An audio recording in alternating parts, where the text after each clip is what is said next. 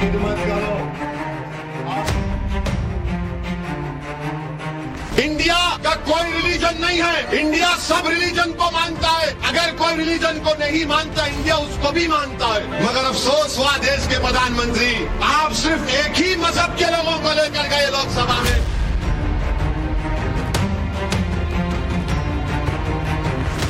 मोदी, आप हिंदुओं के भी प्राइम मिनिस्टर है, मुसलमानों के भी है, ईसाइयों के भी है, सिखों के लिए भी है, आदिवासियों के लिए आप सब 130 को जनता के वजीर आजम है। आप एक मजहब के नहीं हैं।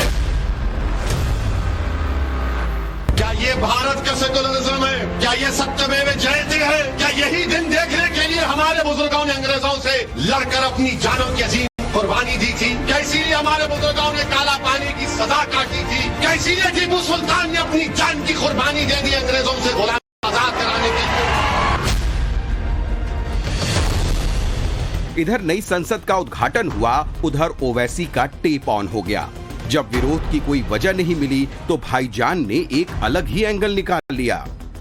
फिर एक टीवी पर मैं देखा कि लोकसभा के अंदर प्रधानमंत्री जा रहे और उनके पीछे कम से कम 18 से 20 हमारे हिंदू भाइयों के मजहब के पुजारी मंत्र पढ़ते हुए जा रहे हैं। प्रधानमंत्री, मुझे देखकर बड़ा ताज्जुब हुआ कि आपके दिल में ये जगह क्यों नहीं पैदा हुई कि जब हिंदू पुजारियों को लेकर मैं जा रहा हूं लोकसभा के अंदर, तो उसमें ईसाई पादरी भी होना चाहिए था, उसमें सिखों के मजहबी रहनुमा को भी होना चाहिए था, उसमें मुसलमानों के कोई एक मौलाना को भी होना चाहिए था। अरे ये तो भारत की खूबसूरती है।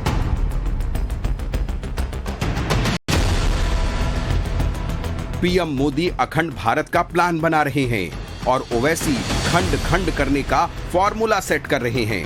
भाईजान, मजलिस को ये जानबूझकर नहीं बताया कि नई संसद में मुस्लिम धर्मगुरु ने करीब 2 मिनट तक कुरान की आयतें पढ़ी।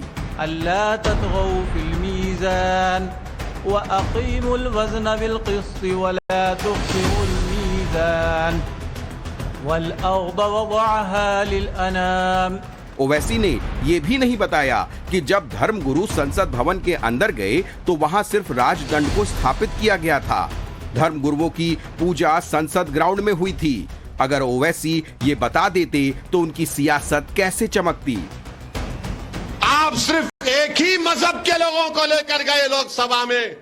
काश आपका दिल बड़ा होता तो उसमें ईसाई, सिख, मुसलमान और जैन लोग भी अंदर होते, बाहर हुआ। मगर लोग बोलते हैं, अब बोलेंगे नहीं बाहर नहीं हुआ, उस सूर्य रहमान का सूरा नहीं पढ़े। अरे भाई, अंदर भी पढ़ना था, अंदर भी पढ़ना था। यासीन वल कुरानिल हकीम, यह भी पढ़ना था अंदर। मगर प्रधानमंत्री सिर्फ अपने साथ इन्हीं लोगों को लेकर गए। वो लोकसभा का नया इफ्तिदा नहीं दिख रहा था, ऐसा दिख रहा था कि कोई दिल्ली के सुल्तान की ताजपोशी हो रही है। राजनीति में कोई भी बयान दिया जाता है तो बेवजह नहीं होता, उसके पीछे अपनी एक स्टोरी होती है। और ओवैसी तो वैसे भी बैरिस्टर हैं, कुछ भी बोलते हैं तो संविधान के दायरे में रहकर बोलते हैं, कानून का ध्यान रखते हैं और सियासी नफा नुकसान का भी नाप तौल करते हैं। ओवैसी का लच्छेदार और तल्ख तेवर वाला ये भाषण तेलंगाना के आदिलाबाद इलाके का है। यहाँ साल के आखिरी में विधानसभा चुनाव होने की संभावना है और जिस तरह से पिछले कुछ सालों में मुसलमानों की आबादी इस इलाके में बढ़ी है, उसमें ओवैसी को बहुत बड़ी उम्मीद नजर आती है। आदिलाबाद में 35.5% मुस्लिम हैं, जो कि हिंदू आबादी के बाद सबसे ज्यादा है। पिछले 2 विधानसभा चुनाव से बीजेपी ने आदिलाबाद में अपनी मौजूदगी दर्ज कराई है, जबकि केसीआर की पार्टी का वोट परसेंटेज गिरता जा रहा है। इसलिए ओवैसी यहाँ मौका ढूंढ रहे हैं और उनके लाउड स्पीकर का वॉल्यूम हाई है। तो लोग अब कल से बोलेंगे ओवैसी तेरा मजहब कौन सा है? अरे दीवाने, मैं प्राइम मिनिस्टर ऑफ इंडिया की बात कर रहा हूं, मैं प्रधानमंत्री की बात कर रहा हूं, मैं वजीर आजम हिंद की बात कर रहा हूं। मेरी बात तुम कब जब करोगे, जब कोई मैं ओहदे पर आऊंगा, मगर इंशाअल्लाह ताला जब तक अल्लाह मुझे जिंदा रखेगा, जब तक आपकी दुआएं, आपका साथ रहेगा, असदुद्दीन ओवैसी जहां ठहरा है वहीं ठहरेगा। ओवैसी को डर है बीजेपी जिस तरह से तेलंगाना में अपना जनाधार बढ़ाती जा रही है, उससे कहीं भाईजान की पॉलिटिक्स को धक्का न लग जाए। क्योंकि 2018 में तेलंगाना विधानसभा चुनाव में जहां ओवैसी की पार्टी से 7 विधायक बने, वहीं बीजेपी को सिर्फ 1 सीट पर जीत मिली थी। मगर 2019 के लोकसभा चुनाव में ये ग्राफ बदल गया। बीजेपी ने यहां से 4 सीटों पर चुनाव जीता और 19.45% वोट उसे मिले, जबकि ओवैसी की AIMIM को 1 सीट जीत पाई और वोट मिले महज 2.78%। दिसंबर 2020 में ग्रेटर हैदराबाद नगर निगम के नतीजे आए तो बीजेपी का ये आंकड़ा और बढ़ा, जबकि ओवैसी का घट गया। बीजेपी 48 सीटें जीतकर दूसरे नंबर की पार्टी बनी और AIMIM 44 सीटों के साथ तीसरे नंबर पर खिसक गई। ओवैसी को यही डर है कि अगर 2023 के तेलंगाना विधानसभा चुनाव और फिर लोकसभा चुनाव में यही पैटर्न रहा तो उनकी जमीन खिसकते देर नहीं लगेगी। ओवैसी जब 28 मई की सुबह महाराष्ट्र में थे तो संसद को लेकर आरजेडी पर हमलावर हुए, मगर तेलंगाना पहुंचते ही उनकी भाषा और तेवर में फर्क आ गया। मजलिस के सामने ओवैसी ने मंच पर लिखी लिखाई स्क्रिप्ट पढ़ी, मोदी और मुसलमानों का टॉपिक उठाया, कोशिश की कि किसी तरह से मोदी के खिलाफ मुसलमानों को भड़काया जाए। ये बात आपको बताना जरूरी था। अब अगर कल कोई बीजेपी वाला या कोई अपने आप को सेक्युलर रहने वाला बोलेगा है मुसलमानों को बहुत हो रहा, क्या हो रहा रे, बहुत बोल,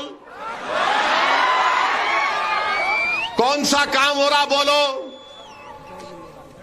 नहीं बहुत कर रहे मुसलमानों को। अरे मुसलमानों को कर रहे तो क्या तुम्हारे बाप का खजाना है, सरकार का खजाना है? क्या आपके मामा का खजाने से दे रहे हमको लाके? क्या हम टैक्स नहीं देते? ओवैसी ने 5 मिनट तक नई संसद और पीएम मोदी को लेकर कई बातें कही, मगर वो खुद ही इससे एक्सपोज हो गए। खुद को मुसलमानों का भाईजान बताने की कोशिश करने वाले ओवैसी ये कभी नहीं बताते कि हिंदुस्तान वो देश है जहां सर्वधर्म सद्भाव की भावना सर्वोपरि रहती है। बिस्मिल्लाहिर्रहमानिर्रहीम।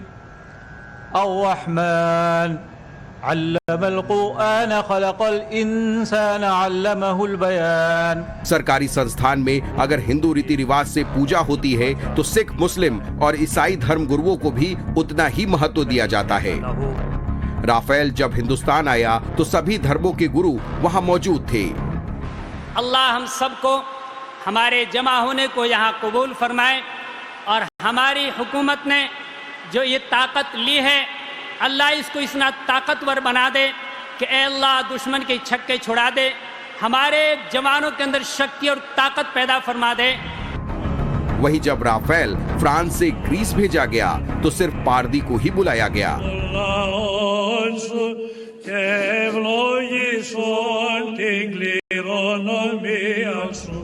जो बाइडेन ने अमेरिकी राष्ट्रपति की शपथ ली तो बाइबल पर हाथ रखा, जबकि पाकिस्तान और सऊदी अरब जैसे इस्लामिक मुल्कों में सिर्फ इस्लामिक रीति रिवाज का पालन किया जाता है।